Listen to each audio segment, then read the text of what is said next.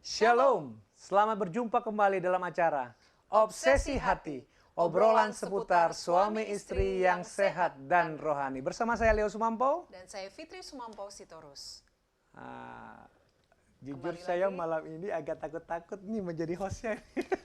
Ya, karena pembahasannya nih Berat ya? berat, viral, dan sangat sensitif ya. Karena judulnya apa dulu? Bolehkah poligami? Bolehkah poligami? Kalau poli pantai sih boleh ya, poli pantai ya. Ini poligami masalahnya ini. Ya. Dan ada statement yang mengatakan kalau nggak salah ya, betul ya? Ada pertanyaan yang kerap menjadi perdebatan hangat di kalangan masyarakat. Dan seringkali menjadi topik sensitif yang menimbulkan berbagai macam pendapat. Apakah kalian percaya bahwa poligami adalah pilihan yang sah? Nah, ataukah menurut kalian ini hanya memperburuk kesetaraan dan keadilan? Iya. Ya. Saya harus menahan diri untuk berkomentar sedikit-sedikit. Saya tunggu Oh, penjelasan dari pastinya. pendeta dan Ibu Pendeta Kuntarafa ini. Karena bicara mengenai poligami, banyak orang selalu menggunakan Alkitab. Abraham aja istrinya banyak. Apalagi raja yang terkenal bijaksana aja, Salomo istrinya banyak. Punya selir pula lagi katanya kan. Untuk kepastiannya, kita ikutin aja nanti ya. Makanya mungkin kita langsung saja baca ayat inti kita pada malam hari ini. Ayat inti kita pada malam hari ini terdapat di dalam Kejadian 16 ayat 1 sampai 3. Kejadian 16 ayat 1 sampai 3. Demikian firman Tuhan. Adapun Sarai istri Abram itu tidak beranak. Ia mempunyai seorang hamba perempuan, orang Mesir, Hagar namanya. Berkatalah Sarai kepada Abram, "Engkau tahu, Tuhan tidak memberi aku melahirkan anak. Karena itu, baiklah hampiri hambaku itu. Mungkin oleh dialah aku dapat memperoleh seorang anak." Dan Abram mendengarkan perkataan Sarai. Jadi Sarai istri Abram itu mengambil Hagar, hambanya, orang Mesir itu. Lalu memberikannya kepada Abram suaminya untuk menjadi istrinya. Sebelum memulai acara kita sama-sama tunduk kepala dan berdoa. Bapa di surga, puji syukur atas segala berkat kasih karunia Kau berikan kepada kami, di mana pada malam hari ini kami berkesempatan untuk kembali mengikuti suatu pelajaran yang penting di dalam acara Obsesi Hati. Tuhan, kiranya mengurapi Pendeta Kuntaraf dan Ibu untuk membawakan pelajaran yang sangat penting ini bagi kami semua yang mendengar dan menyaksikannya, agar ini dapat menjadi suatu pekabaran yang hidup bagi kami dan kami juga dapat membagikannya bagi orang-orang yang di sekeliling kami. Dan kebenaran Tuhan dapat menjadi pedoman bagi kehidupan kami. Berkati semua jaringan internet dan peralatan yang dipakai agar semuanya dapat berjalan dengan baik dan lancar. Memberkati para pemirsa yang menyaksikan acara ini agar mereka juga dapat mengerti pelajaran yang sangat penting ini. Dan kami serahkan semuanya ini ke dalam tangan Tuhan agar semuanya dapat berjalan dengan baik dan lancar. Terima kasih Tuhan atas segala berkat-Mu. Dalam nama Yesus kami berdoa. Amin. Amin. Baik, diingatkan kepada pemirsa yang ada di rumah, apalagi malam ini pembahasannya sangat-sangat menarik. Kalau saudara punya pertanyaan, jangan ragu-ragu. Ketikkan pertanyaan saudara, pencet tombol yang ada di akun media sosial pada Hope Channel, yaitu melalui YouTube ataupun Facebook, atau di media sosial lainnya. Di kolom komentar, saudara boleh tuliskan pertanyaan ataupun komentar pembahasan pada malam hari ini, ataupun kalau ada pembahasan mengenai masalah rumah tangga yang lain, saudara boleh tuliskan di kolom komentar tersebut, dan dengan pertolongan Tuhan narasumber kita akan mencoba menjawabnya pada malam hari ini.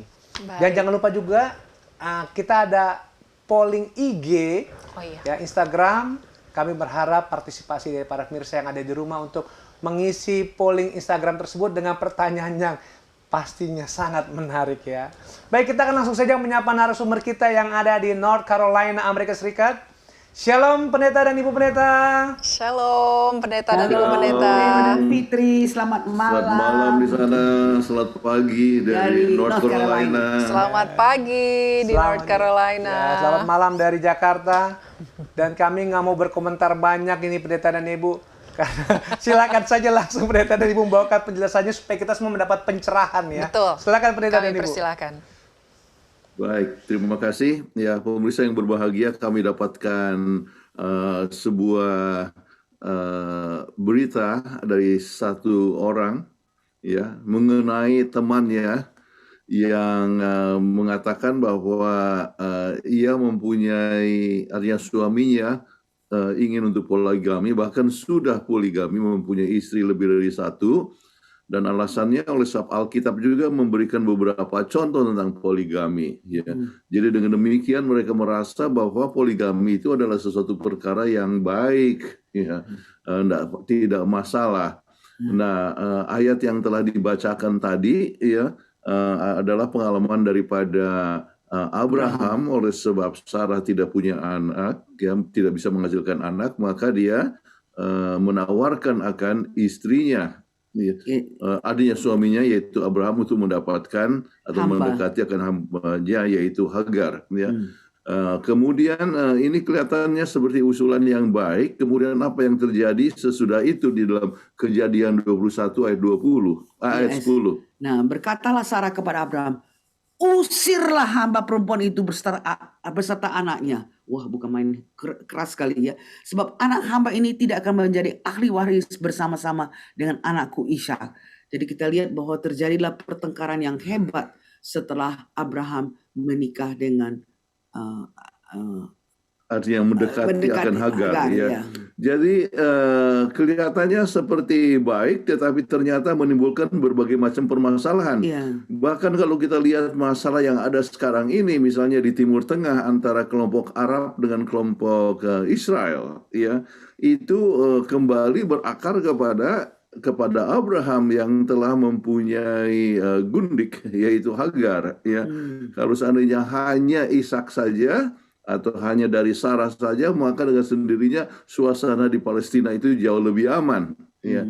Tetapi pertengkaran untuk ribuan tahun ini berbicara, ya tidak pernah berhenti ya sampai sekarang ini. Ya. Jadi kalau begitu, apakah itu adalah rencana Tuhan? Saya percaya itu bukanlah rencana Tuhan. Baik. Pertanyaan yang timbul, ada yang membenarkan poligami dengan dasar pengalaman umat Tuhan di Perjanjian Lama. Adanya peraturan pemerintahan yang memungkinkan untuk poligami.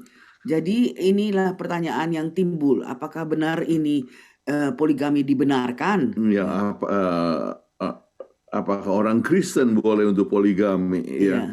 Baik. Nah sekarang kita coba lihat statistik umum di masa kolonial di Indonesia dulu. Ya. Ternyata di Jawa adalah yang tertinggi yang poligami. Ya. Banyak yang poligami. Di Sumatera 69.790 pasangan. Ya, di Sulawesi 22.378. Jadi ada lebih sedikit menurun di Sulawesi. Dan di Bali ya 14.061 pasangan yang poligami. Ya, di Maluku ada 5.150. Ya. Ini sesuai dengan catatan-catatan sejarah dalam masa kolonial. Kemudian ternyata menimbulkan berbagai macam permasalahan. Salah satu adalah perceraian. Misalnya pada tahun 1951 ada 60% perceraian sebab poligami. Ya, tidak bisa cocok hidup dua orang dalam satu rumah.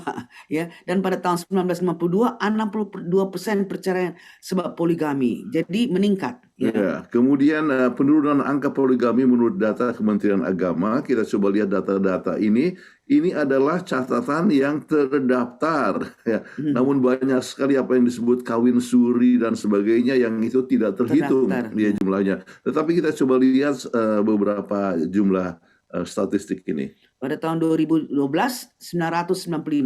2013 794. 2014 691. Kemudian 2015 689 dan 2016 643. Kalau kita lihat kepada data ini adanya suatu penurunan ya. Biarpun sedikit ya. Dan ini kita sampaikan bahwa ini adalah berdasarkan akan ya yang terdaftar di dalam Kementerian Agama. Ya. Namun yang di Tidak luar itu terdaftar. yang tidak terdaftar ya kita tidak ada datanya. Ya, baik. Bagaimana kalau seorang itu mau mendapatkan izin untuk poligami, nah sesuai dengan peraturan yang berada di pemerintah, surat izin poligami di Indonesia. Ya, diizinkan tetapi dengan biaya 3,5 juta rupiah, 3,5 juta rupiah. Ada surat gugatan Ya. atau permohonan bila ada, kemudian Harus ada fotokopi surat nikah dengan istri pertama yang dimeteraikan sebanyak 6.000 rupiah. Ya, itu dari kantor pos. Jadi harus resmi dia sudah ada istri pertama. kemudian fotokopi KTP pemohon, isi pertama dan calon kedua masing-masing 1 lembar folio 1 muka, tidak boleh dipotong. Ya, artinya full face ya. Nah, kemudian surat pernyataan berlaku adil dari pemohon bahwa biarpun dia mempunyai 2 istri dia akan berlaku adil. Oke. Surat keterangan tidak keberatan dimadu dari istri pertama dan calon istri kedua bermeterai 6.000. Belangko disediakan di kantor ya. PA Giri Menang. Ya, yang ini berbicara kebetulan dari suatu tempat tertentu. Ya. Terus kemudian kita lihat surat keterangan gaji atau penghasilan dari perusahaan atau kantor kelurahan diketahui oleh camat setempat supaya mereka tahu bahwa ini laki-laki bisa poligami, bisa dia pelihara 2 istri. Biasa membiayai akan keluarga. 2 istri, ya. Kemudian surat keterangan gaji dan penghasilan, ya. Kemudian surat izin atasan dan juga surat keterangan status calon istri kedua dari kelurahan. Ya. Jadi ini beberapa surat yang diharapkan. Jadi banyak orang yang rasa oke, ya selama saya dapatkan izin ini ya dapat dapat melakukan akan poligami. Inilah yang dikatakan. Tetapi kita coba lihat kepada prinsip Alkitab. Masalah poligami sebetulnya mulai pada buku Kejadian pasal 4:19 pada saat Lamek mengambil istri 2 orang. Ya. Terus beberapa orang terkenal dalam Perjanjian Lama juga menjalankan praktek poligami. Kita lihat kan sudah disebutkan tadi Abraham, Yakub, Daud, Salomo dan yang lainnya semua mempunyai banyak istri. Jadi memang betul apa yang teman itu katakan, di Alkitab pun banyak orang yang poligami. Tapi kita lihatlah nih bagaimana. Kita lihat dalam 2 Samuel 12 ayat 8. Ya, Allah berbicara melalui Nabi Nathan, bahkan berfirman bahwa seandainya istri-istri dan gundik-gundik Daud dirasa belum cukup, dia akan menambahkannya lagi kepada Daud. Jadi ternyata bahwa itu adalah sesuatu perkara yang Tuhan mengizinkan ya pada waktu itu kepada Daud. Kalau belum cukup masih ditambahkan. Oke. Nah sekarang pengalaman Salomo. Ya, apa yang dikatakan dalam 1 Raja 11 ayat 3. Ia mempunyai 700 istri. Bayangkan bukan 2 istri tapi 700 istri dari kaum bangsawan dan 300 gundik, ya, concubine. Istri-istrinya itu menarik hatinya daripada Tuhan. Oke. Jadi dari pengalaman ini kita bisa lihat bahwa memang seperti ada perkawinan politik ya dari kaum bangsawan untuk menarik para bangsawan atau misalnya termasuk di dalam kerjasama dengan Mesir, maka ada istri yang datang dari Mesir, pokoknya istrinya datang dari mana-mana ya. Kemudian menarik hatinya daripada Tuhan ya. Jadi sebagai akibat daripada hubungan dengan begitu banyak istri, justru perhatiannya kepada Tuhan menjadi berkurang. Oke. Nah, kita teruskan mengapa Tuhan izinkan poligami dalam Alkitab ya. Kita coba lihat beberapa hal yang penting kita ketahui. Ya, bagaimana kita menjelaskan contoh-contoh poligami dalam Perjanjian Lama ini? Kok sampai begitu banyak? Sampai Abraham, sampai raja punya 700 istri itu. Ada 3 pertanyaan yang perlu kita jawab. Mengapa Allah mengizinkan praktek poligami dalam Perjanjian Lama?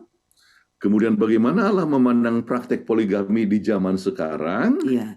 Dan mengapa terjadi perubahan? Kok di Perjanjian Lama itu sepertinya diizinkan dan sekarang kenapa berubah untuk monogami?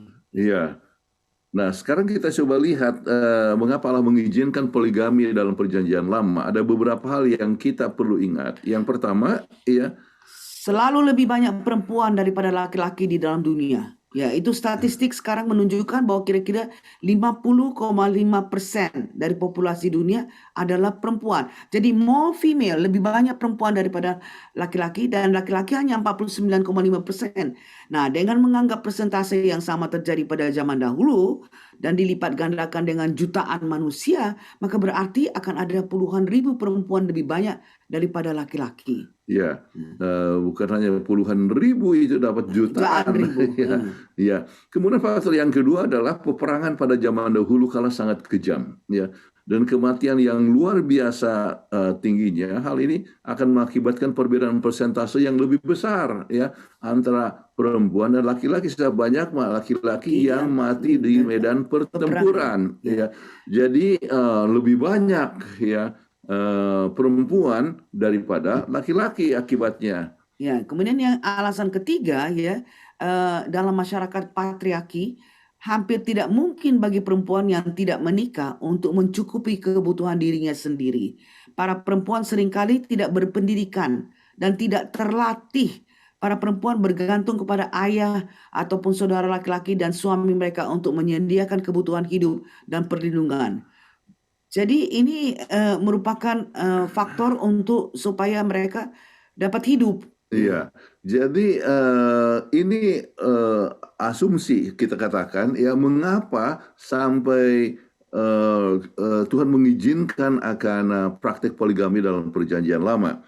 Nah, mengapa Tuhan mengizinkan poligami? Kita lihat beberapa poin tambahan di sini, ya. Perempuan tidak menikah seringkali diperlakukan sebagai pelacur atau budak, ya. Perbedaan yang berarti antara jumlah perempuan dan laki-laki menyebabkan banyak perempuan terseret dalam situasi yang tidak diinginkan, ya, dalam keadaan terpaksa supaya dapat hidup, ya, maka terpaksa dia harus siap untuk menjadi kadang-kadang pelacur atau budak atau ya, menjadi gundik, ya, selir, ya. Jadi tampaknya Allah mengizinkan poligami untuk melindungi dan mencukupi para perempuan yang tidak dapat menemukan suami. Karena ingat perbedaan antara jumlah laki-laki dan wanita.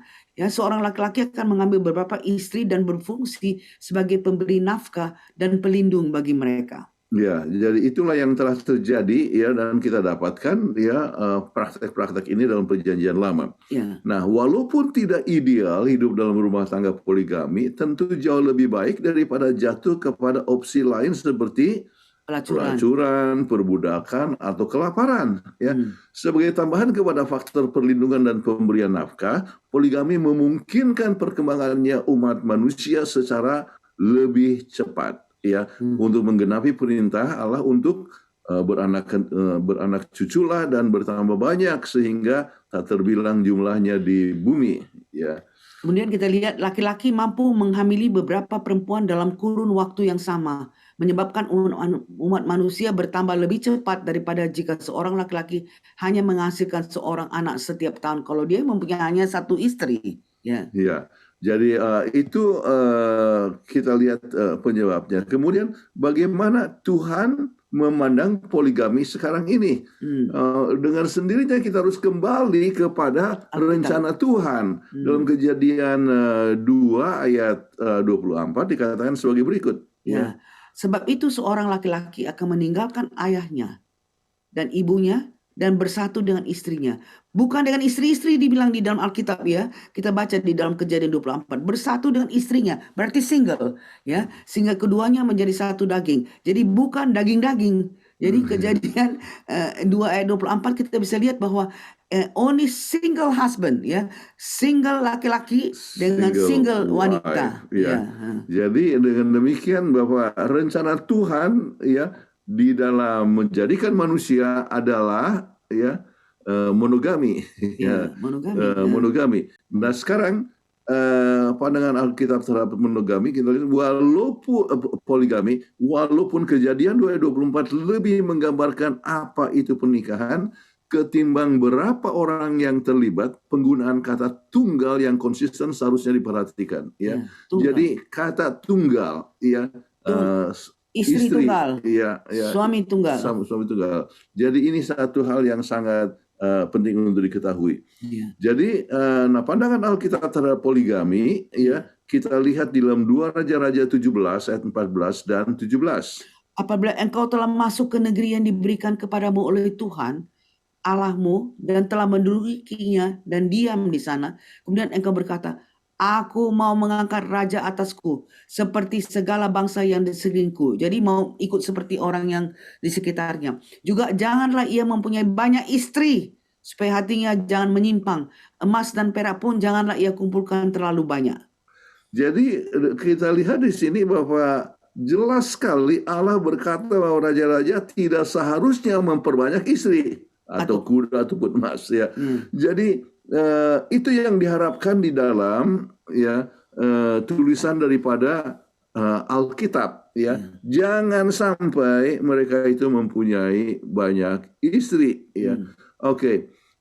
Dalam hal ini ada kesalahan pengertian yang telah terjadi. Kita coba lihat, ya, berdasarkan 1 Raja-Raja 11 ayat 3 dan 4. Ya. Walaupun ini tidak bisa ditafsirkan sebagai perintah bahwa raja-raja harus monogami, ayat ini bisa dimengerti sebagai pernyataan bahwa memiliki banyak istri menyebabkan masalah.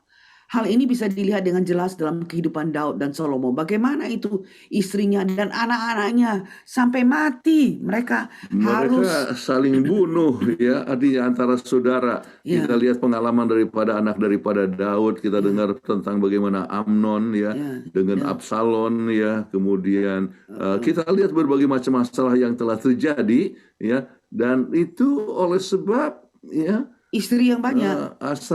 Adanya beberapa istri daripada Daud. Oke. Kemudian begitu juga dengan Salomo sampai dia meninggalkan Tuhan, ya, oleh sebab, ya, dia dipengaruhi oleh istri, ya.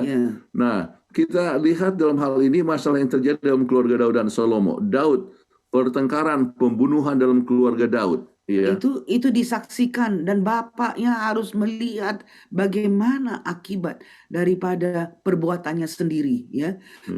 Juga Salomo yang menyimpang dari Tuhan, pecahnya kerajaan Israel. Itu disebabkan karena hati daripada istri-istri atau gundiknya itu telah dia puja lebih daripada Tuhan. Iya, dan dia ikut menyembahkan Tuhan, mendirikan juga rumah ibadah, ya, daripada dewa-dewa daripada istrinya, ya. Ini adalah hal yang sangat penting untuk kita ketahui. Nah, kita sekarang kepada perjanjian baru. Oke. Kita lihat dalam hal ini 1 Timotius 3 ayat 2, 12 dan juga Titus 1 ayat 6. Apa yang dikatakan di sini? Suami dari satu istri, ingat, tunggal, satu istri, sebagai satu parameter untuk kepemimpinan rohani. Ada beberapa perdebatan sehubungan dengan apa maksud parameter ini secara spesifik, ya. Jadi begini, kata kalau ketua jemaat nggak boleh, tetapi kalau anggota boleh. Tetapi ini berbicara mengenai masalah ideal, ya, bahwa Alkitab mengatakan bahwa suami dari satu istri itu adalah sesuatu perkara yang terbaik yang diharapkan untuk setiap keluarga Kristen, ya. Kemudian apakah hanya pemimpin rohani yang monogami, ya? Kita coba lihat berdasarkan ini, ya, 1 Timotius 3 ayat 2 dan 4, ya. Kita lihat, ya, bahwa walaupun parameter ini secara spesifik diperuntukkan bagi posisi kepemimpinan rohani, parameter ini seharusnya bisa diterapkan bagi semua orang Kristen. Bukankah seharusnya semua orang Kristen menjadi yang tak bercacat, dapat menahan diri, bijaksana, sopan, memberi tumpangan, cakap mengajar orang, bukan peminum, bukan pemarah, melainkan peramah, pendamai, bukan hamba uang?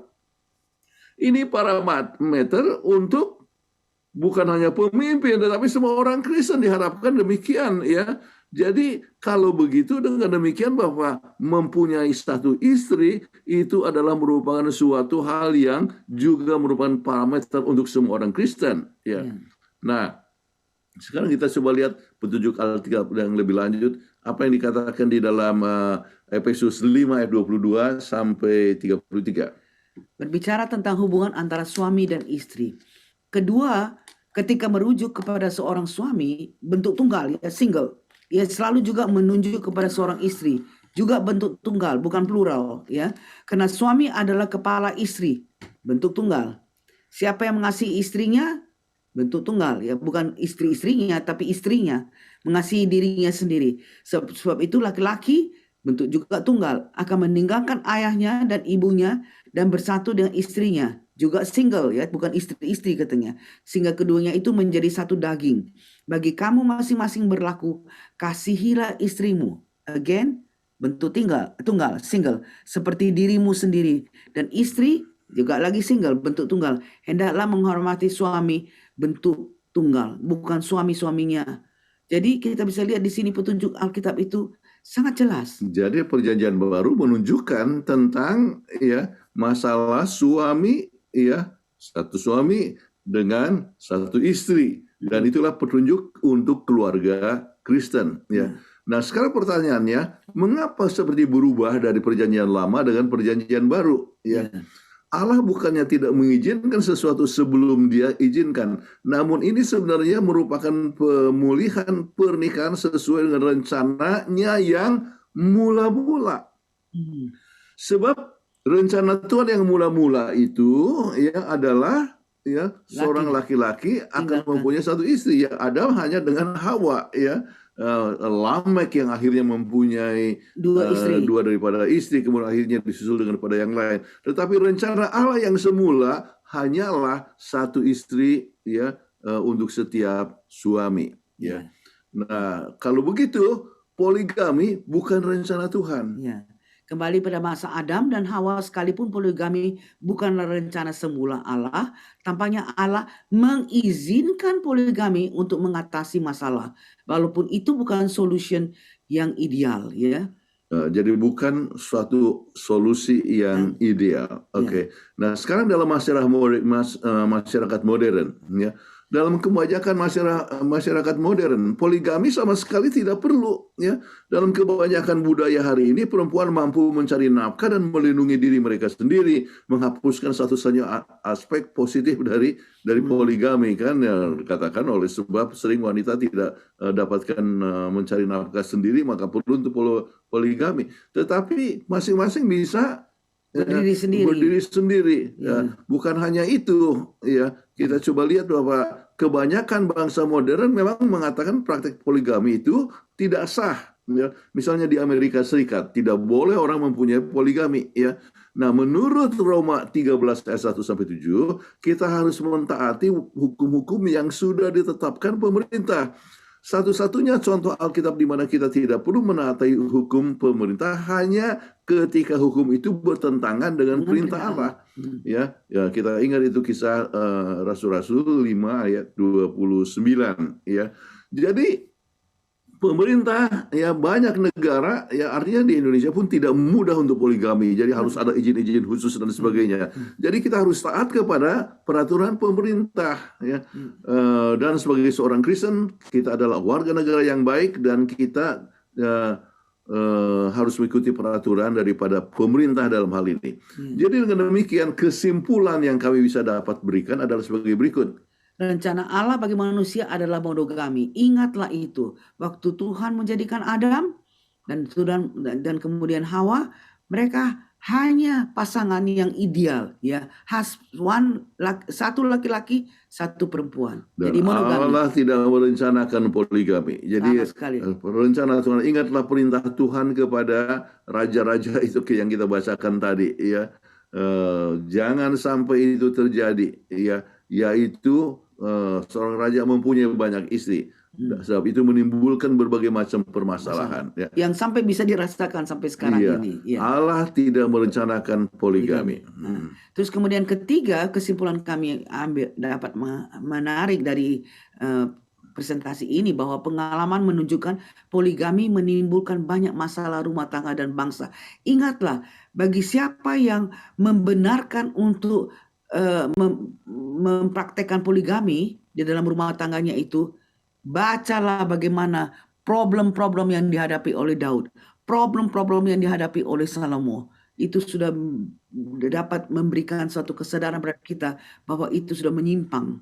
ya, daripada rencana Tuhan semula. Oke, karena Allah hanya mengizinkan praktek poligami dan tidak memerintahkannya, maka hukum yang melarang praktek poligami harus ditegakkan, ya, yaitu artinya melarang praktek poligami. Jadi itulah sebabnya umat Kristen tidak boleh punya lebih dari satu istri. Iya. Oke. Nah, kemudian kita lihat seterusnya, Ya. bahwa karena aspek satu daging dari pernikahan, maka diperlukan adanya kesatuan dan kecocokan dalam pernikahan.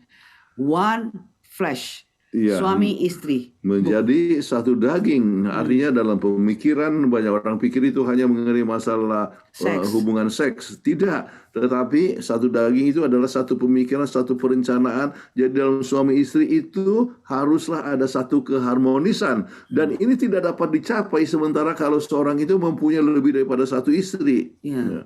Berbagi dia punya perhatian, ya. Ya. Ya. Ditambah tidak adanya kebutuhan yang sejati untuk praktek poligami, maka dengan teguh kita percaya bahwa praktek poligami itu tidak menghormati Allah, dan itu bukanlah rancangannya untuk pernikahan.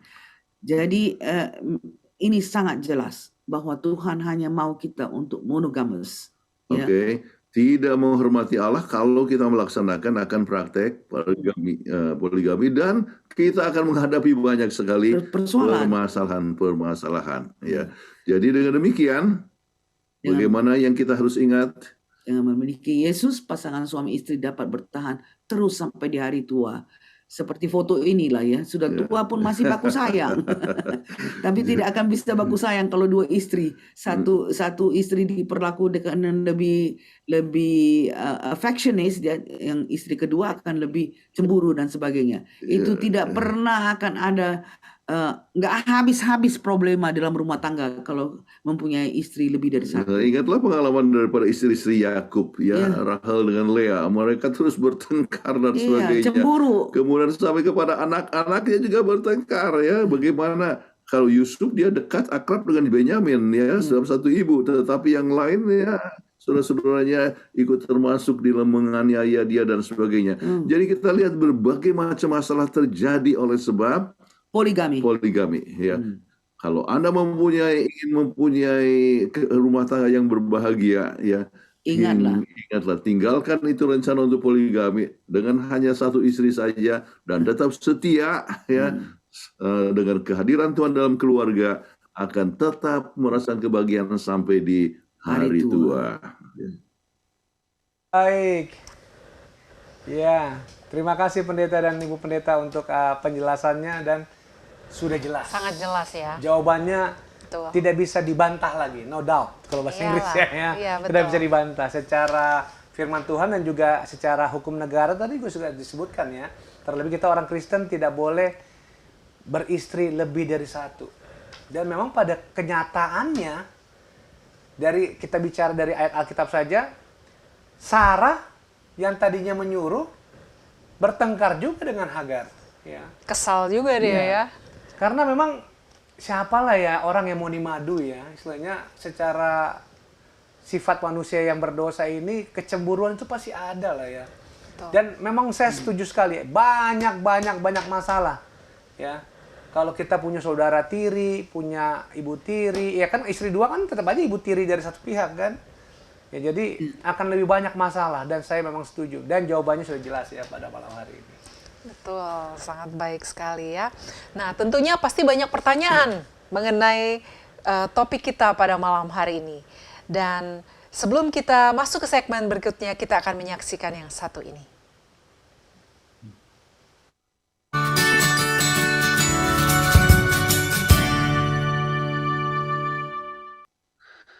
Tahukah Anda, menurut National Fatherhood Initiative, ayah memiliki keterlibatan besar dalam keluarga dan memberi banyak dampak positif pada kehidupan sang anak. Nah, supaya kamu semakin menghargai keberadaan ayah dalam hidupmu, yuk ketahui 4 hal menarik dari seorang ayah versi Hope Channel Indonesia.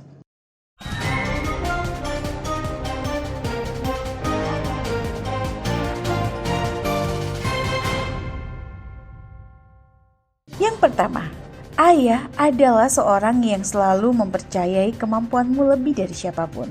Ayah memang terkenal sebagai motivator yang ulung. Coba flashback kembali memorimu semasa kecil. Bagaimana ayah meyakinkanmu untuk dapat mengendarai sepeda. Ataupun seperti mengajar berenang di air yang tanpa sadari, ia melepaskannya karena ia percaya kita mampu melakukannya. Ayah adalah seseorang yang dapat membantu meyakinkanmu untuk melakukan hal-hal yang bahkan terlihat mustahil bagimu. Kedua, ayah yang terlibat aktif dalam pengasuhan, menjadikan anak-anak lebih pandai dan berperilaku lebih baik. Dalam sebuah penelitian yang diterbitkan oleh Canadian Journal of Behavioral Science, ayah yang selalu hadir dalam kehidupan sang anak memiliki pengaruh yang baik pada kemampuan memecahkan masalah anak dan penurunan masalah emosional seperti kesedihan, penarikan sosial, dan kecemasan. Sementara itu, ayah yang jarang terlibat ternyata memiliki dampak yang lebih buruk pada anak perempuannya. Ketiga, ayah yang menghabiskan lebih banyak waktu dengan anak-anak mereka cenderung lebih bahagia. Dalam sebuah penelitian yang diterbitkan di Academy of Management Perspective, ditemukan bahwa para ayah yang bekerja dan menghabiskan lebih banyak waktu dengan anak-anak mereka lebih puas dengan pekerjaan mereka dan lebih sedikit mengalami konflik di rumah. Ini artinya para ayah telah menemukan keseimbangan antara kehidupan dan pekerjaan yang baik. Keempat, ayah sangat jarang menangis. Sekalipun ia menangis adalah suatu momen krusial dalam hidupmu. Tangisan ayah mungkin saja tidak pernah engkau lihat karena dia ingin tampak kuat supaya engkau tidak ragu untuk berlindung di lengannya serta pundaknya saat engkau merasa tidak aman. Walaupun dia ingin, hal itu pasti ia lakukan di belakang agar tidak ada yang mengetahuinya. Seorang ayah hanya akan menitikan air mata pada saat momen-momen genting dalam hidupmu. Seperti pada saat engkau lahir ke dunia, ataupun di saat anak perempuannya membangun rumah tangga bersama laki-laki lain. Nah, itulah beberapa fakta mengenai ayah. Walaupun terkadang ayah terlihat cukup dingin dan tegas, nyatanya ada banyak hal positif dari dirinya. Jadi, sudahkah kamu mengungkapkan rasa sayangmu pada ayah hari ini?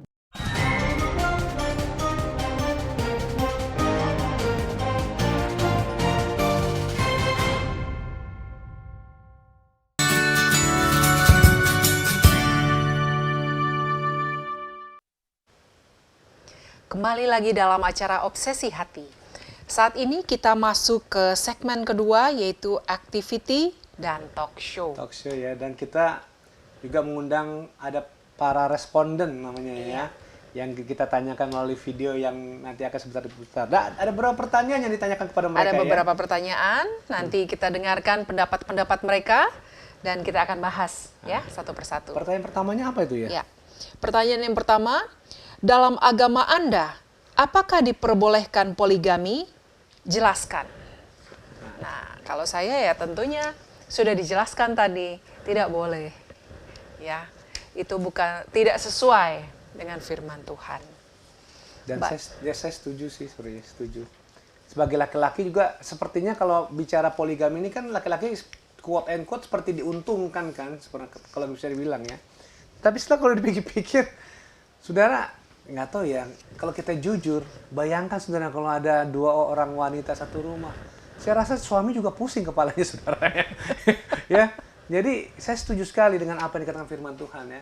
Tetapi coba kita dengarkan dulu ya, apa yang dikatakan teman-teman kita yang ada di VTR berikut ini. Silakan.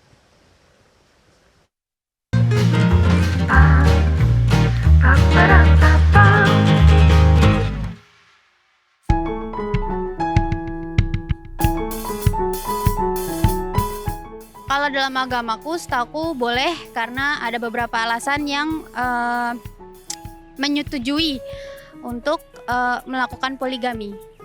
Selama saya mengaji ya di agama saya, yaitu agama Islam, untuk poligami itu bagi seorang pria diperbolehkan.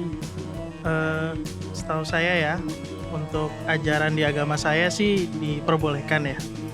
Untuk kenapanya ya mungkin dalam ajaran saya karena diajarkan dari Nabi kita ya, Muhammad SAW itu memang diperbolehkan untuk poligami asalkan memang adanya keadilan, masalahnya gitu kan.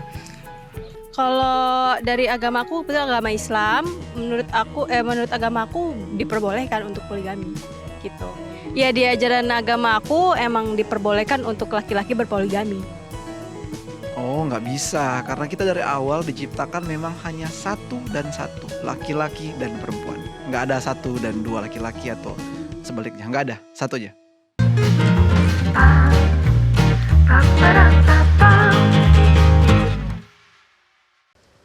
Baik, terima kasih.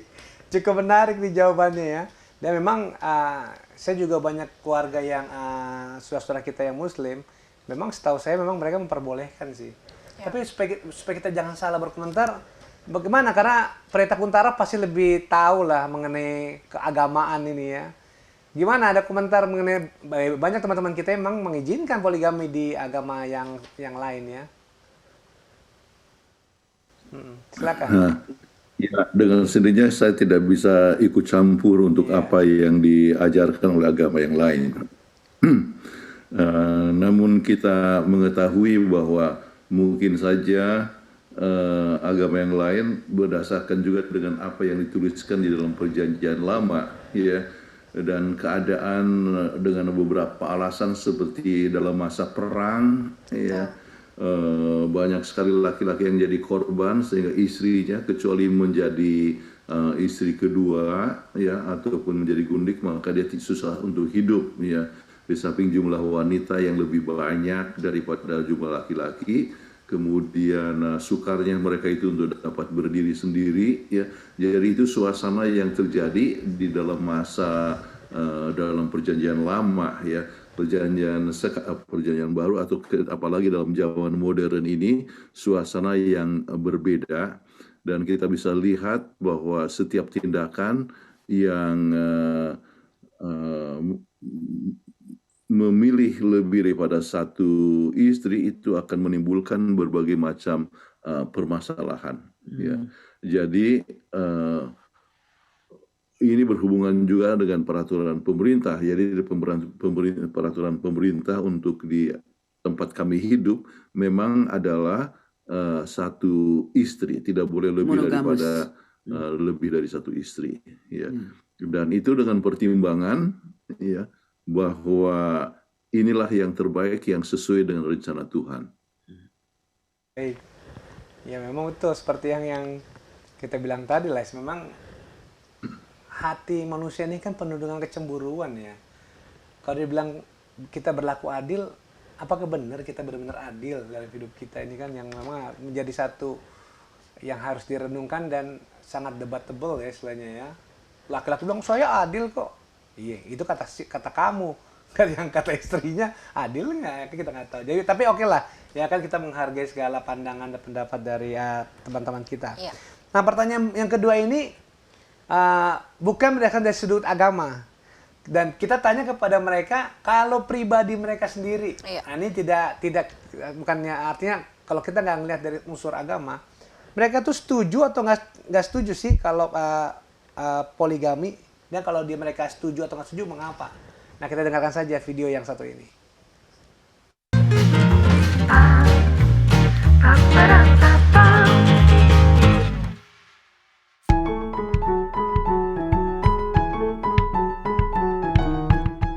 Poligami saya setuju saja. Mungkin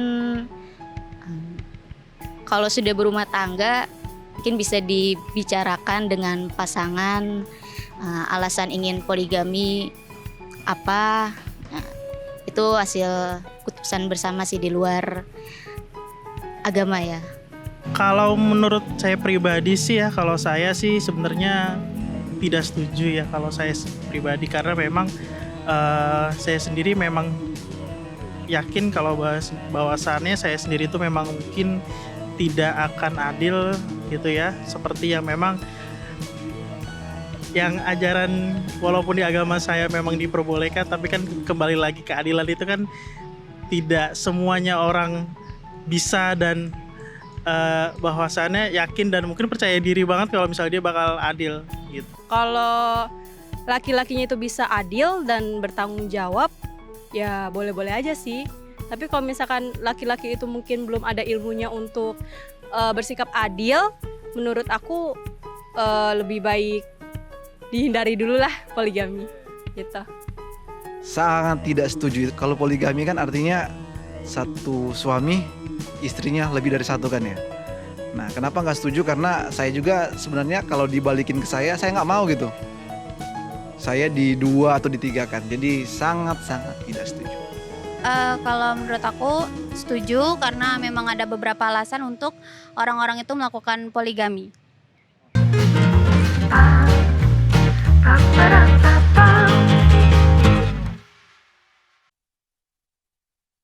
Nah, pendapatnya ya, ada yang setuju, ada yang tidak setuju ya. Tapi saya sebagai Kembali. laki-laki, saya setuju dengan Mas Yogi sih, dengan Bung Steven ya. Karena sebenarnya yang harus ditanya secara dalam ini pihak laki-laki. Karena kami yang sebenarnya kembali saya bilang, kami sebenarnya tanda kutip quote-unquote diuntungkan sebenarnya kan.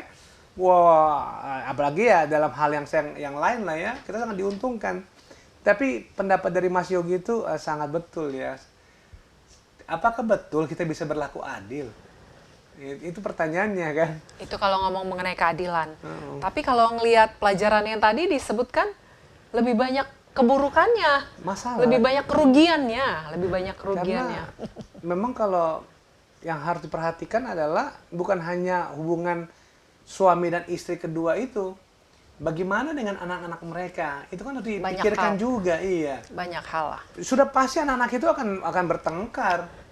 Yang beda ibu itu, apalagi kalau bicara mengenai warisan, ya harta, wah akan terjadi pertikaian gitu. Betul gitu ya pendeta dan ibu ya? Betul. Ya. Kita lihat akan adanya banyak sekali masalah yang telah terjadi. Sebagaimana yang kita sudah singgung tadi, ya. Itulah sebabnya kalau untuk saya pribadi, atau bukan hanya itu, tetapi untuk umumnya kita mempercayai bahwa kita harus ikuti rencana Tuhan yang semula, yaitu satu istri untuk setiap suami. Ya. Dan kalau kita lihat juga pemerintah itu memang izin daripada poligami itu nggak gampang, ya harus ditulis dengan itu dan persyaratannya dan harus ada statement bahwa dia rela untuk mendapat suami yang untuk mendapatkan istri yang kedua dan sebagainya. Itu Harus ada izin, iya, kemudian harus ada iya. perjanjian bahwa akan bisa adil. Adil, ya, dan kemudian kalau kita pikir adil, oke lah, kalau umpamanya uang bisalah kita bagi 2, 1 juta sana, 1 juta sini. Tapi kasih sayang kan nggak bisa dibagi itu, kasih sayang itu, waduh, susah lah ya. Sedangkan untuk Yakub saja dia lebih menyayangi Rahel daripada Lea. Ya, Dan jadi menimbulkan banyak pertengkaran pada diri anak-anaknya. ya. Lea pun, padahal itu Lea itu bukan orang siapa-siapa, itu dia punya saudara, sisters, ya. Jadi kita bisa lihat bahwa memang itulah dikatakan di Alkitab itu sebenarnya supaya bisa kita lihat bagaimana problema daripada poligami dan kita bisa selami itu secara jujur ya. Terima kasih banyak untuk penjelasannya. Ya, betul sekali ya. Ya, iya, logikanya memang sebagai kita, kembali lah karena saya laki-laki, kita akan memilih kepada wanita yang bisa melayani kita dengan baik, bukan hanya masalah seksual, tetapi makan disiapin. Kalau yang satu mungkin bangunnya aja udah siang. Nah, gimana kita mau beradil dengan dia? Jadi memang susah. Kalau saya juga berpikirnya, saya jadi ikut pusing nih sekarang malam ini memikirkannya. Jadi bayangkan bagaimana mau adil ya. Udah pasti lah antara wanita satu dengan yang dua nih punya kelebihan dan kelemahan. Dan kita pasti akan memilih. Gak usah kepada istri. Anak-anak kita, kalau kita punya anak lebih anggaplah 3 atau 2. Pasti ada anak yang kita sayangi. Kita nggak bisa memungkiri. Apalagi ini istri yang berbeda kan, istilahnya kan seperti itu. Baik, kita maksud ke pertanyaan yang ketiga ya. Pertanyaan yang ketiga, setuju tidak setuju? Lebih baik poligami daripada zina atau selingkuh? Nah ini menarik ini. Jadi ada yang bilang, daripada saya selingkuh mendingan saya kawinin itu cewek. Nah, gimana ini? Kita dengarkan dulu kali ya. Iya. Video yang satu ini, silakan.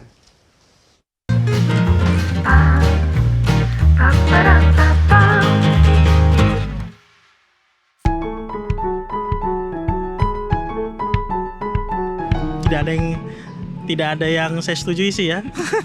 Oke. Menurut aku sih lebih baik poligami ya. karena memang sakit sih pasti gitu kan, ngelihat suami bercinta dengan orang lain, tapi itu kan atas dari agama sendiri ya. Kalau misalnya berzina atau kayak selingkuh kan itu udah pasti sakit terus dosa gitu kan, gitu sih. Gak setuju dua-dua. Jadi bingung gue tiba-tiba pertanyaannya. Kayak harus memilih kan, tapi nggak setuju dua-dua sih. Kalau menurut aku lebih baik poligami sih, karena kan dia kan menikah lagi dan itu udah sah secara agama dan hukum, jadi bisa menjauhi dari kata zina dan selingkuh. Kalau saya lebih baik poligami daripada berzina ataupun berselingkuh.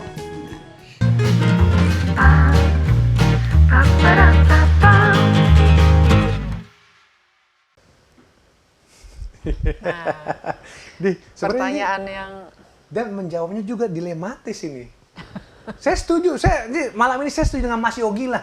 Ya, jawaban itu. pokoknya dua-duanya nggak bener. Karena kami sama laki-laki, ya nggak setuju dua-dua gitu. Ya, jangan berzina dan selingkuh lah kalau gitu kan. Ya udah jangan poligami, jangan berzina dan selingkuh, itu aja jawabannya ya. Betul. Ya pendeta dan ibu ya, gimana? Iya, sangat benar. Sebetulnya selingkuh itu sama aja dan poligami. Hanya bedanya, ya, kalau poligami itu resmi, kemudian selingkuh itu tidak resmi. Tetapi sebetulnya poligami artinya dia mempunyai hubungan lebih daripada satu orang, satu wanita. Ya. Jadi sebetulnya sama dengan poligami. Tetapi kembali oleh prinsip rencana Tuhan itu adalah satu istri untuk setiap suami, ya, maka lebih tepat untuk tetap mempertahankan itu, ya. Jadi jangan kita ambil keputusan atas misalnya the worst of two evil. Ya, tinggalkan artinya yang terjelek daripada dua kejahatan. Kejahatan, tetapi tinggalkan semuanya. Tetapi Tuhan sudah memberikan satu istri, biarlah kita boleh merasakan bahagia, ya, dengan satu istri. Kalau ada suatu masalah, ya biarlah selesaikan masalah itu, ya. Jadi bukan dengan cara poligami, ya. Sebab poligami justru akan menambah masalah, bukan mengurangi masalah. Ya, lebih cekcok, lebih mempunyai problem yang nggak habis-habis ya. Iya. Kita lihat aja tadi sudah kita bacakan sampai itu bagaimana diusir sama si Hagar itu. Usirlah hambamu itu. Waduh, berarti Iya. sudah sangat-sangat hebat dia punya persoalan itu. Dan selingkuh juga sama, ya, menimbulkan berbagai macam masalah, ya. Takut ketahuan, mempunyai perasaan bersalah, ya, dan berbagai macam masalah-masalah yang lain. Kemudian kalau ada tuntutan lagi daripada selingkuhannya, ya, wah, segala macam masalah yang terjadi. Baik. Jadi memang ya susah juga ya. Jadi ya gimana ya, jadinya memang ada pepatah juga mengatakan bahwa rumput tetangga lebih indah pada rumput sendiri. Ini kalau saya lihat memang lebih kepada satu, kalau saya bisa ambil kesimpulannya pendeta dan ibu, kita harus punya rasa bersyukur ya. Bersyukur punya istri yang Tuhan berikan kepada kita dan menerima dia apa adanya. Semua orang kan tidak ada yang sempurna. Jadi nggak usah lihat-lihat rumput tetangga lah, istilahnya kan begitu. Kita lihat rumput halaman sendiri aja gitu. Iya kan, ada istilah gitu kan, rumput tetangga lebih indah pada rumput sendiri gitu kan. Ada juga ayat Alkitab yang mengatakan ya, balok di mata kita nggak lihat ya, malah jadi seperti itu ya pendeta ya. Jadi ya. Iya betul. Puaskanlah dengan satu istri. Iya, betul. Baik, kita masuk ke pertanyaan berikut ini pendeta. Ini masih ada 3 pertanyaan lagi. Setuju atau tidak setuju?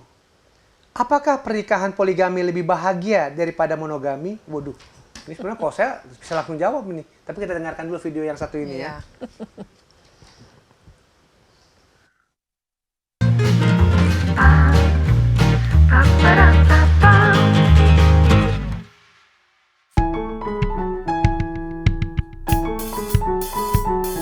tergantung dari mungkin pasangannya ya. Kalau misalnya sama-sama ikhlas, apalagi terutama istrinya ikhlas, ya mungkin lebih bahagia. Tapi kalau misalkan emang poligaminya itu secara salah satu cuman yang bahagia doang, itu kayaknya menurut aku kurang bahagia kalau untuk yang berpoligami.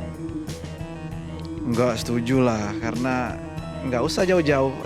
Dari tokoh-tokoh Alkitab juga banyak contoh-contoh yang menghancurkan kehidupan, menyusahkan.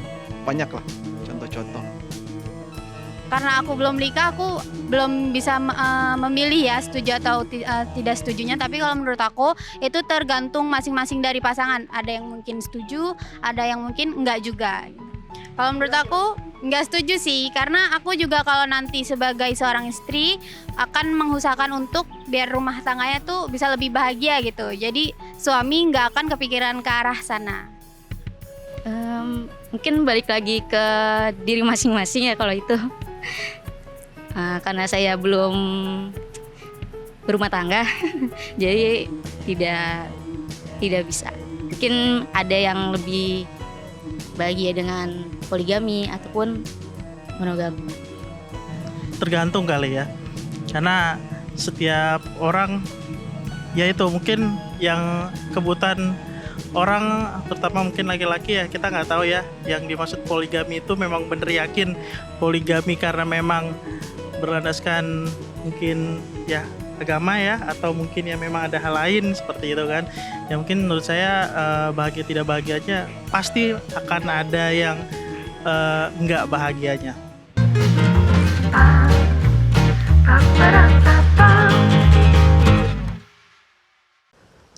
Gimana Mama? Bahagia nggak poligami? Ya sudah pasti tidak Enggak lah. ya. Dan juga Problem terus. kalau ada yang bilang, oh laki-lakinya mah seneng mah bahagia beda soalnya. Iya, mungkin laki-laki seneng, tapi yang ada pusing juga dia. Saya yakin pasti. juga pusing dia. Pasti Iya lah. ngadepinnya begitu. Jadi kan bahagia ini kan beda dengan senang kan masalahnya kan. Dan saya bisa menjawabnya yang nggak bahagia sih menurut saya poligami ya. Memang kita tanya saya pertanyaan berikut lah ya. Udah pasti nggak bahagia lah poligami itu. Iyalah. Oke, pertanyaan berikutnya. Setuju tidak setuju? Karena jumlah penduduk wanita lebih besar dibanding pria, poligami sebenarnya membantu wanita untuk bisa menikah. Nah ini sebenarnya tadi sudah dijawab, dijelaskan oleh pendeta, tetapi pertanyaan ini nih menjadi satu excuse ya buat para laki-laki. Kan kasihan perempuan nggak harus dihidupi segala macam ya. Tapi kita dengarkan juga nih pendapat dari responden kita gitu. Silakan.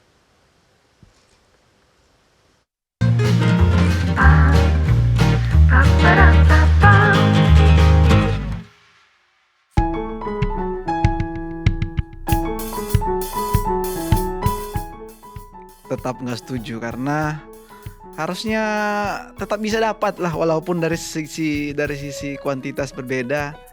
Tuhan pasti sudah menyediakan masing-masing kita pasangan yang sesuai. Satu-satu, balik lagi. Kalau menurut aku setuju. Karena memang kalau setahu aku peradaban laki-laki di bumi kan sedikit ya. Jadi mungkin membantu, tapi harus mendapat persetujuan juga dari istri pertama. Saya setuju, karena balik lagi kalau dari pandangan agama saya, agama Islam, bagi pria itu diperbolehkan untuk poligami, apalagi dengan tujuan untuk membantu mungkin perempuan-perempuan, karena banyaknya populasi perempuan, dan untuk membantu itu boleh. Saya setuju aja, saya setuju. Mungkin bisa dibilang ya, karena mungkin jumlah wanita lebih banyak daripada laki-laki. Tapi ya masa iya nggak bisa nyari laki satu pun kan kayaknya nggak mungkin banget gitu loh. Kurang setuju sih aku ya. Kebanyakan mungkin lebih perempuan lebih banyak ya. Laki-laki mungkin karena emang juga laki-laki perempuannya itu lebih banyak pilihannya kayaknya. Jadi lebih banyak kayak harus laki-laki yang sempurna. Jadi tuh lebih lama nikahnya gitu.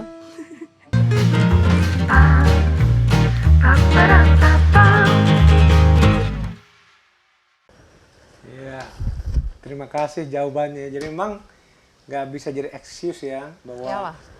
saya setuju dengan si Brother Stephen yang dari Manado bilang tadi ya. Tuhan sudah menyediakan pasangannya sebenarnya, udah pasti itu. Betul. Nah, saya juga setuju dengan Mbak yang saya lupa namanya siapa tadi, bahwa kadang juga wanita kebanyakan milih sih. Standarnya tuh mungkin ada 30 gitu syarat-syaratnya gitu. Ya, itu juga membuat mereka jadi gimana jadinya. Terlalu Jadi idealis ya. iya, jadi ya saya nggak setuju sih. Karena perbedaan kuantiti ini menimbulkan jadi orang boleh poligami, mungkin itu bukan satu alasan yang tepat ya. Iya betul. Hanya sekedar untuk menikah, tetapi setelah itu sengsara dengan persoalan dan segala macam. Ya, bagaimana? Mungkin ada tambahan pendapat dari Ibu Pendeta dan Pendeta? Nggak setuju. Banyaknya wanita bukan berarti itu disiapkan untuk poligami. Ya. Banyaknya wanita ya oleh sebab kebetulan mungkin di suatu tempat seperti di Filipina lebih banyak sekali wanita daripada pria. Tetapi kalau seandainya wanita itu tidak menikah bukan berarti dia tidak bisa Hidup sendiri. Tidak bisa hidup sendiri. Kenapa?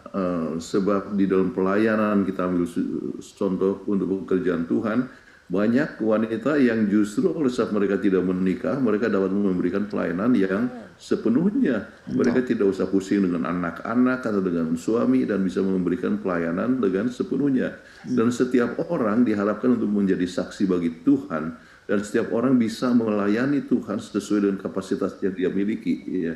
Jadi seorang bisa merasakan kepuasan di dalam kehidupan dengan pekerjaannya yang baik, dan bahkan banyak yang justru tidak mau untuk menikah.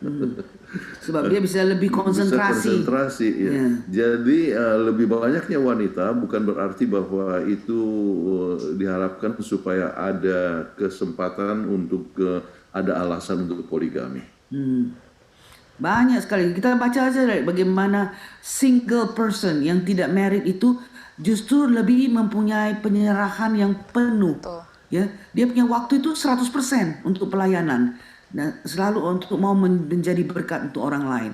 Jadi bukan menjadi satu alasan bahwa itu diizinkan untuk mempunyai menjadi gundik ya, atau daripada menjadi istri kedua. Baik, terima kasih Pendeta dan Ibu ya untuk jawabannya. Betul. Dan kita masuk ke pertanyaan terakhir akhirnya. Karena bagi saya malam ini pembahasannya berat banget ini. Betul. Jadi takut-takut juga saya ngomongin itu tadi. Ya. Pertanyaan terakhir dari yang ditanya kepada responden kita. Menurut Anda, mengapa orang melakukan poligami? Saya juga tahu jawabannya nih, tapi kita dengarkan video yang satu ini dulu.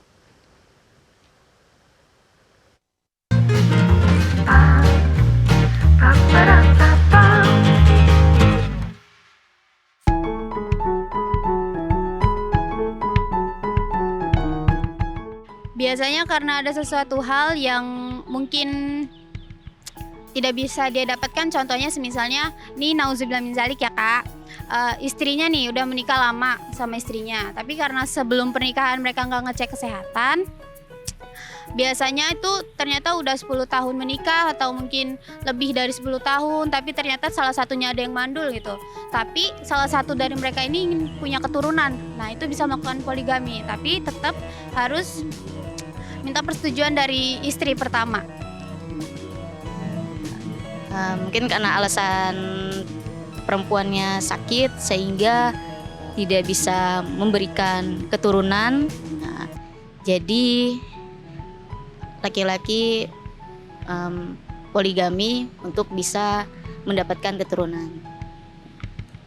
Mungkin ya pada dasarnya kalau memang dia agamanya mungkin sama ya, mungkin dia beranggapan ya mungkin berasaskan dari agama itu ya, tapi mungkin ada lagi hal lain yang mungkin memang ya gimana ya, saya juga kurang ngerti ya, mungkin sama aja tipis-tipisnya kayak mungkin orang selingkuh kali ya.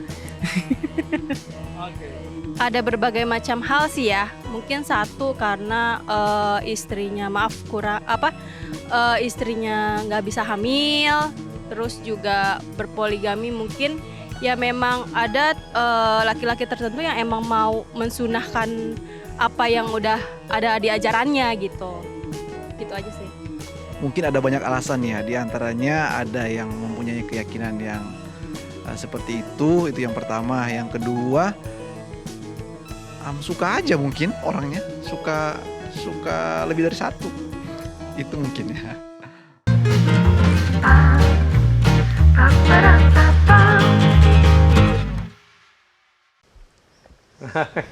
Kita udah dengar jawaban-jawaban daripada responden. Ya memang ya ada juga yang beberapa yang seperti yang mereka katakan, karena istrinya mandul, mereka yang punya keturunan, mereka menikah lagi, atau istrinya sakit.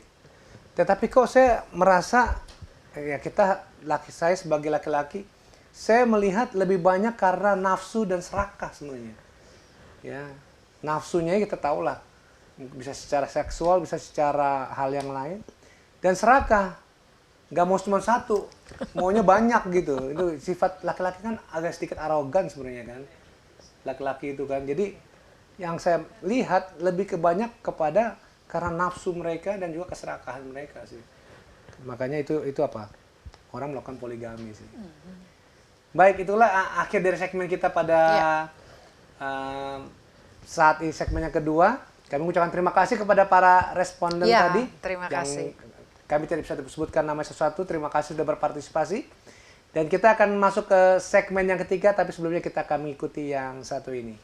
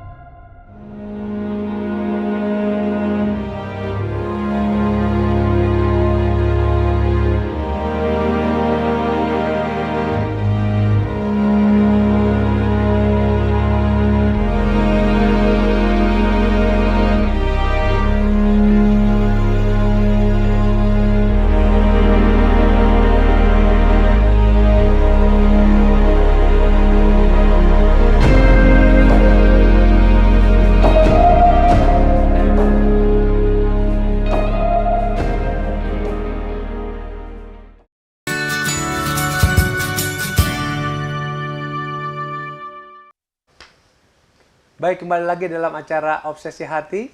Saat ini kita akan masuk ke sesi tanya jawab dan sudah ada masuk beberapa pertanyaan yang memang malam ini karena judulnya sangat luar biasa, pertanyaannya pun sangat luar biasa. Dan kami memohon maaf khusus malam ini kita tidak bacakan nama pengirimnya karena pembahasan kita pada malam hari ini sangat sensitif. Jadi nama yang bertanya kita tidak akan bacakan. Baik, Pendeta dan Ibu, ini ada pertanyaan yang sudah masuk, saya akan bacakan. Dari seorang laki-laki, nah itu mungkin disebutkan supaya tahu ya laki-laki atau perempuan ya. Pak Pendeta, kenapa sepertinya Tuhan lebih permisif terhadap poligami? Seperti tidak ada hukuman buat hamba-hambanya yang berpoligami. Mohon dijawab Pak Pendeta, ini pertanyaan dari teman-teman saya, thank you. Mungkin yang harus dijawab dulu, apa itu permisif? Saya juga nggak tahu soalnya. Gimana? Silakan Pendeta dan Ibu menjawabnya. Apa itu permisif? Maksudnya lebih permisif adalah seperti lebih mengizinkan. Ya, lebih banyak mengizinkan. Jadi seperti yang kita sudah lihat bahwa Tuhan dapat artinya tidak disebut melarang, ya, tetapi membiarkan itu suatu poligami, ya, oleh sebab keadaan yang tertentu. Dan kita sebutkan tadi oleh sebab jumlah wanita yang lebih banyak, ya. Kemudian di dalam masa perang lebih banyak lagi wanita laki-laki yang mati. Kemudian wanita bisa keleleran, dan pada zaman dulu itu lebih banyak wanita yang tidak dapat berdiri sendiri sehingga akhirnya masuk di dalam kelompok perbudakan ataupun pelacuran, ya. Maka di dalam keadaan yang demikian maka Tuhan kelihatan seperti lebih permisif ya untuk yang masalah poligami ya. Namun demikian ya, Tuhan pun menunjukkan bahwa orang harus belajar daripada kesalahannya ya. Jadi dengan melihat akan resiko yang telah terjadi kepada mereka yang poligami, misalnya dengan apa yang dialami oleh Abraham ya, dengan perpecahan di dalam keluarga, kemudian apa yang terjadi oleh Yakub ya, bahkan Ishak ya dan sebagainya ya, dengan anaknya Saul dan sebagainya.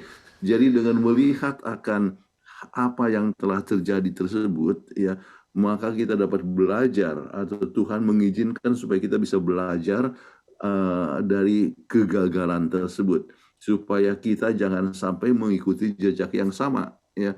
Jadi seperti permisif, tetapi ya Tuhan membiarkan supaya mereka yang melakukan itu belajar, dan kita pun dapat belajar bahwa itu bukanlah satu perkara yang ideal. Jadi yang ideal adalah sesuai dengan rencana Tuhan, yaitu satu istri untuk setiap suami ya.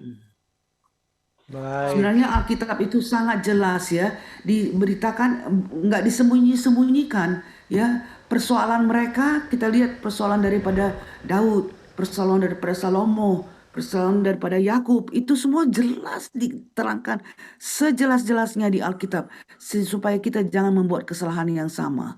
Jadi memang seperti diizinkan, tapi ada risikonya. Baik. Iya. Betul Terima sekali. kasih jawabannya Pendeta dan Ibu ya. Ya. Kita masuk ke pertanyaan berikutnya. Shalom HCI, yang menjadi pertanyaan saya, kalau istri pertama tidak harmonis lagi, apa bisa untuk ada istri lagi? Terima kasih. Sudah pasti yang nanya laki-laki nih. Iya, seorang laki-laki. Ya. Silakan Pendeta dan Ibu. Kalau seandainya istri pertama sudah tidak harmonis lagi ya, maka suami harus menguji diri, introspeksi apa yang menyebabkan tidak harmonis lagi ya. Kemudian coba mencari jalan ya untuk supaya tetap harmonis ya. Jadi bukan dengan mencari istri baru, sebab mencari istri baru itu justru akan menambah permasalahan. Orang bisa mencari jalan bagaimana untuk tetap harmonis ya. Saya jadi ingat ya, bulan yang lalu kami berada di Singapura, kemudian pergi ke terminal ke-5, kemudian berjalan-jalan dan kami sedang pegangan tangan ya. Kemudian di belakang kami ada orang Manado rupanya, tetapi dia tidak tahu bahwa kita tahu bahasa Manado. Jadi dia bilang begini, ini oma dan opa so tua tapi masih harmonis ya, pegang-pegang tangan. Jadi orang walaupun so tua, bahasa Manado bilang, artinya sudah tua tetapi masih tetap bisa harmonis ya. Bukan hanya di depan banyak orang tetapi juga di rumah dan sebagainya. Jadi itu keharmonisan adalah satu perkara yang harus dipupuk. Kalau sudah sempat tidak harmonis, maka coba dipupuk kembali ya. Atau lihat alasannya. Alasannya kenapa apa? nggak harmonis? Ya. Mungkin juga Anda sudah terlalu sibuk ya. Jadi seakan-akan istri jadi sibuk dengan keadaan yang lain, padahal sebetulnya ya istri menghendaki juga tetap keharmonisan di dalam keluarga ya. Ya, Baik, betul. baik, iya. Itu soalnya kalau dia bilang yang pertama udah tidak harmonis, kemudian bisa ada istri lagi, justru dia mencari perkara ini kalau begini, bukan menyelesaikan suatu masalah ya, tetapi menambah masalah. Dan takutnya Menambah juga, masalah, betul. takutnya juga nanti pas yang berikutnya tidak harmonis lagi, nanti berikutnya lagi. Ya itu ya yang ditakutkan ya. Baik Pendeta, ini ada pertanyaan yang masuk juga. Apa kira-kira nasihat Pendeta dan Ibu bagi pasangan yang sudah hidup berpoligami tetapi ingin kembali ke jalan yang benar? Nah, gimana ini Pendeta dan Ibu akan nasihat ini? Karena nggak mungkin bercerai, kan? Saya nggak tahu sih, gimana ya nasihatnya Pendeta dan Ibu ya? Silakan. Umumnya kepada mereka yang kebetulan poligami, ya, kemudian ingin mengikuti jalan yang benar, ya, maka salah satu harus diceraikan, dan umumnya yang diceraikan adalah yang kedua, ya. Jadi yang dipertahankan adalah yang pertama. Sebab itu adalah ya pernikahan yang pertama yang sudah resmi dan sebagainya, ya. Jadi itulah prosedur yang berlaku. Dan ini terjadi juga banyak sekali di Afrika, ya. Di Afrika itu oleh sebab poligami itu adalah merupakan suatu budaya, ya.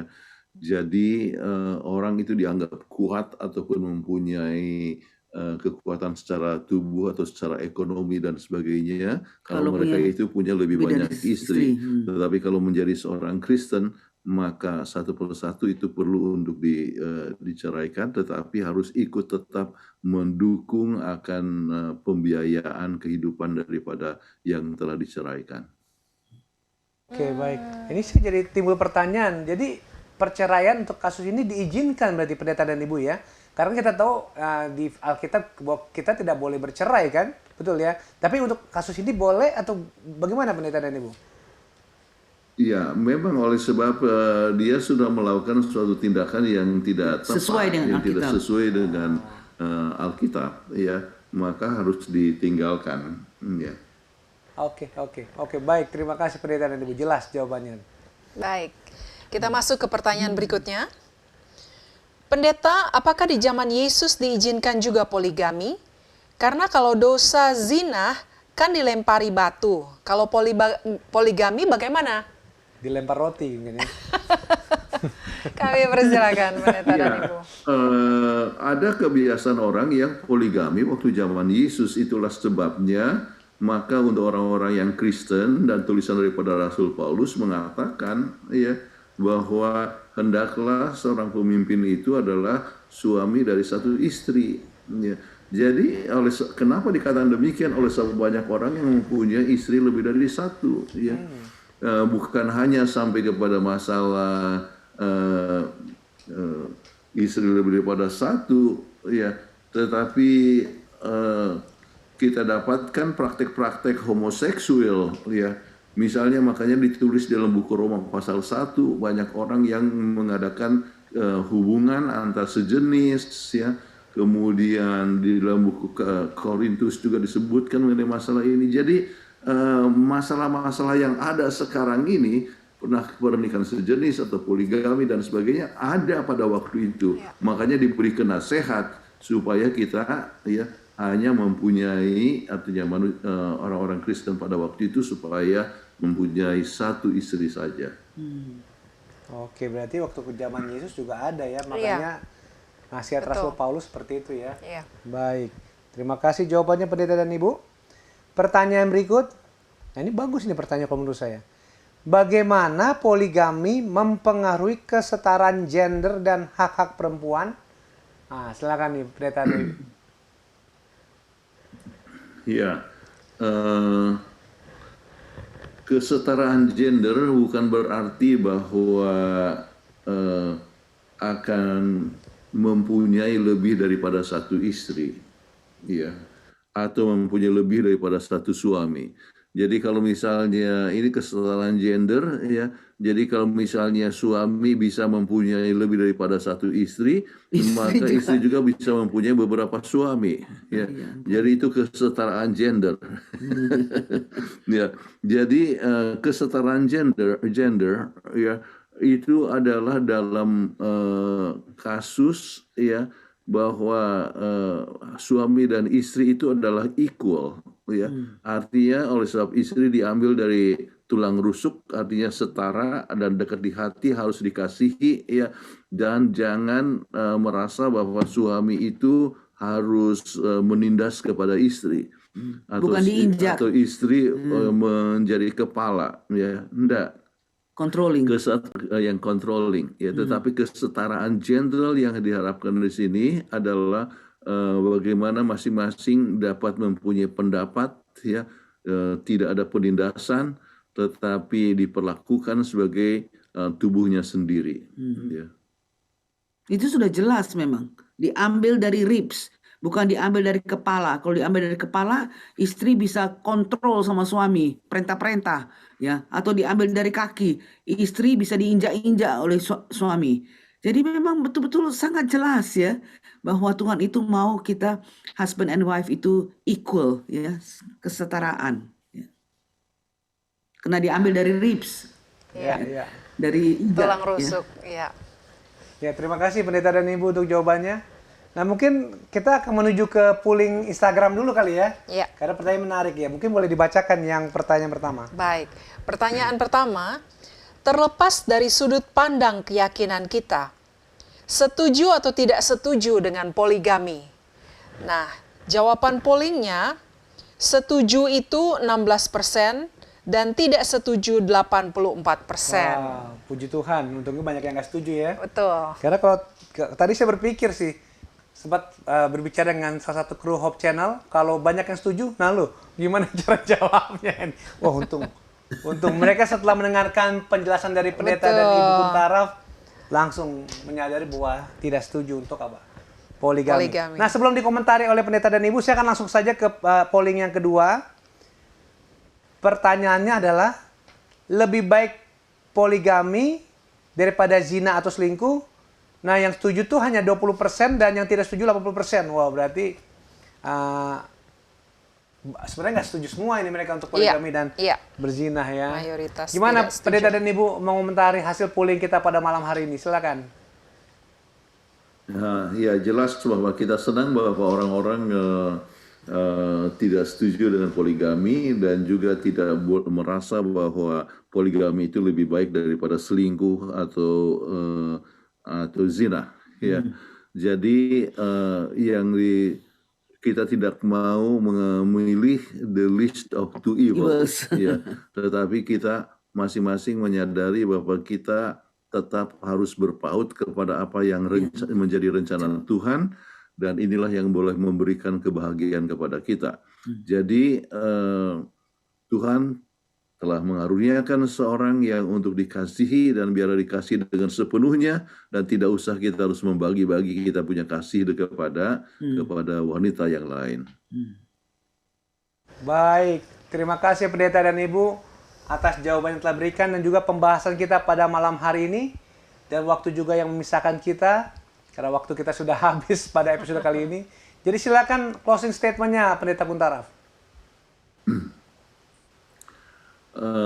Pemirsa yang berbahagia, Tuhan telah mempunyai rencana untuk kehidupan suami istri. Dan kehidupan itu adalah seorang suami yaitu Adam dengan istrinya yaitu Hawa. Itu adalah yang merupakan satu hal yang sangat ideal. Setiap pelanggaran kepada rencana Tuhan ini akan menimbulkan masalah.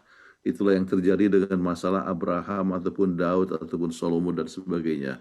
Sebab itu janganlah coba menjustifikasi diri dengan mengatakan bahwa Abraham bisa mempunyai istri lebih daripada satu, Daud punya istri beberapa, ya, untuk supaya Anda juga mempunyai seorang artinya lebih daripada satu istri, ya. Jadi hindarkan akan perkara tersebut, ya, dan Tuhan mau supaya dengan apa yang Tuhan sudah karuniakan kita bisa mempunyai kasih sayang yang utama, ya, yang penuh, ya, untuk kemuliaan bagi nama Tuhan. Jadi pikiran kita tidak terpengaruh untuk kiri dan kanan, tetapi sepenuhnya untuk Tuhan, ya, untuk istri ataupun keluarga yang kita kasih. Kenapa saya katakan untuk Tuhan juga? Kalau sebab hubungan dengan suami istri itu merupakan suatu lambang daripada hubungan kita dengan Tuhan, yang kita harus sepenuhnya. Kita tidak boleh mempunyai lebih daripada satu Tuhan, ya.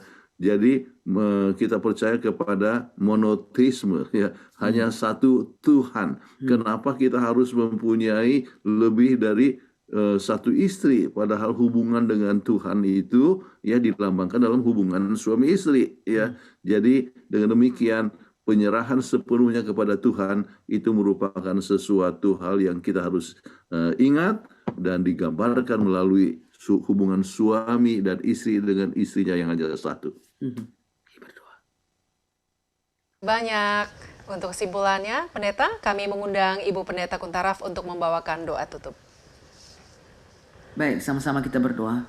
Bapa kami yang bertahta dalam kerajaan sorga, kami mengucapkan terima kasih karena Tuhan masih memberikan kepada kami nafas, kesehatan, sehingga kami dapat memberikan presentasi mengenai pentingnya untuk mempunyai kehidupan yang monogamus.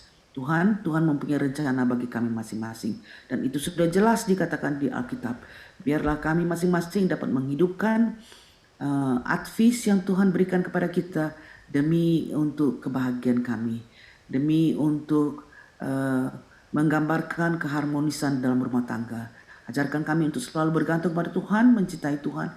Sehingga apapun yang terjadi, kami selalu dapat mempunyai kehidupan yang saling mengasihi satu sama lain. Monogamous in the family. Terima kasih Engkau telah mendengarkan doa kami. Kami serahkan ini dalam nama Kristus, Juru Selamat dan Penebus kami. Amin. Amin. Amin. Baik, terima kasih Pendeta dan Ibu. Baik, terima kasih. Sampai ketemu jumpa episode berikutnya. Senin depan. Bye-bye.